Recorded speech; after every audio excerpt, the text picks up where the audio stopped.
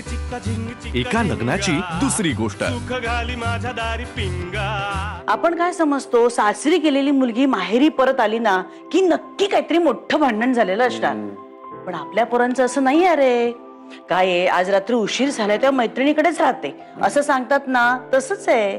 हिने सासरे सांगितलं असेल पप्पांची खूप आठवण येते, 2 दिवस जाऊन राहते, त्यांच्याशी गप्पा मारते, म्हणजे ब्रेक मिळेल, मग येईलच की नाही एकमेकांची आठवण, मग येते परत, असंच झालंय। मला काय वाटतं माहितीये का, की राधा आणि घना ना यांच्यात काहीतरी वेगळंच आहे। म्हणजे राधा माहेरी गेली तरी घना नॉर्मल, किंवा राधा परत आली तरी दोघं असे बोलत होते की जसं काही त्यांच्यात झालंच नाही।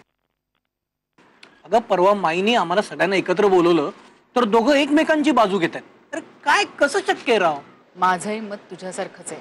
हा म्हणजे घना आणि राधाचं एकमेकावर जीवापाड प्रेम आहे, त्यांच्या डोळ्यातूनच दिसतं ते। पण तुला गंमत माहितीये का, कॉलेजमध्ये नव्याने प्रेमात पडलेल्या कपल सारखे वागतायत ते। म्हणजे प्रेमात तर पडलेत, पण सांगायचं कुणी, कुणी एक नाही म्हणाला तर? ठीक आहे, हे सगळं लग्नानंतर इतक्या दिवसांनी असं नाही होऊ शकत, आणि म्हणूनच मला प्रश्न पडला की काहीतरी काहीतरी वेगळे येस हो ना। हा आपल्याला पेइंग गेस्टची गरज नाही। हा माझ्या प्रायव्हसीवर हल्ला नाहीये का? अरे आज तू आले 2 दिवस इथे माहेरी राहायला, आलेच मोठी बॅगा बेगा घेऊन, पण तुझा काय भरोसा आहे? बेबीनी सांगितलं मला काय पद्धतीची तुमची भांडणं आहेत, ती पोरासारखे भांडताय।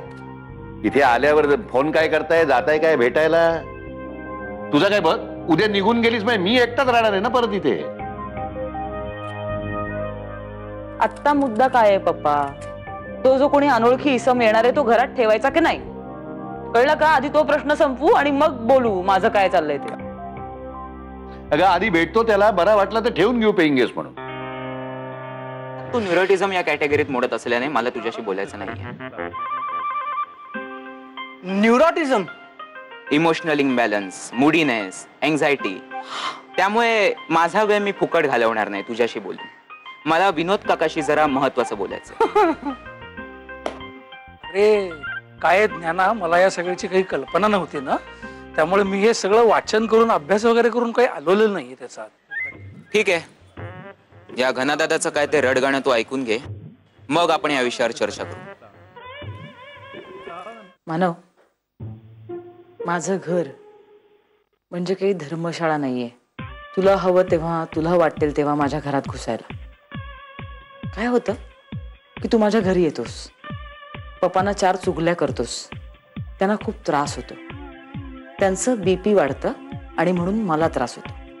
कसं आहे ना मानव, की पप्पांनी तुला जीव लावला, तुझ्यावर प्रेम केलं, पण त्यांच्याशी असं वागायला तुला काहीही वाटत नाही, हो ना? तुझं कसं आहे माहितीये का, ती फुलपाखरांच्या मागे धावून फुलपाखरांचे पंख तोडून त्याचा आनंद घेणारी मुलं असतात ना, तसं आहे तुझं। या गोष्टीची तुला गंमत वाटत असेल, तुला आनंद मिळत असेल, पण माझ्या पप्पांना त्याचा त्रास होतो आणि त्यांना त्रास झालेला मला चालणार नाही। सो यापुढे तू शक्यतो माझ्या घरी आला नाहीस तर मला खूप बरं वाटेल, आणि समजा आला असच तर चहा कॉफी घ्यायची आणि आपल्या वाटेला निघून जायचं। माझं घर म्हणजे बिअर बार नाहीये मानव। हे बघ आम्हाला दोघांनाही लग्न करायचं नव्हतं काका, आणि त्याच दरम्यान आम्ही दोघे भेटलो, आणि म्हणूनच आम्ही दोघांनी एकमेकांशी लग्न केलं काही दिवसांनी डिवोर्स घेण्यासाठी। ऍक्च्युली आमचं लग्न नाहीये काका, ते एक कॉन्ट्रॅक्ट मॅरेज आहे। हे असा कसा तू मूर्खासारखा विचार करतोयस मला कळत नाही। मला मान्य आहे, मी मूर्ख आहे। हे बघ मला कळतंय मी मूर्ख आहे, मी गाढव आहे, हे माझं सगळं चुकलंय, हे लॉजिक मला मान्य आहे, पण आता माझी वाट लागली ना रे।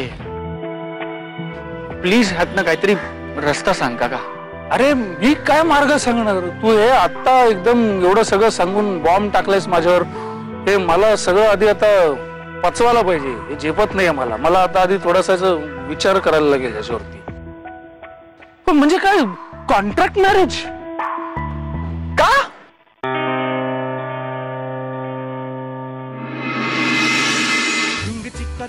एका लग्नाची दुसरी गोष्ट।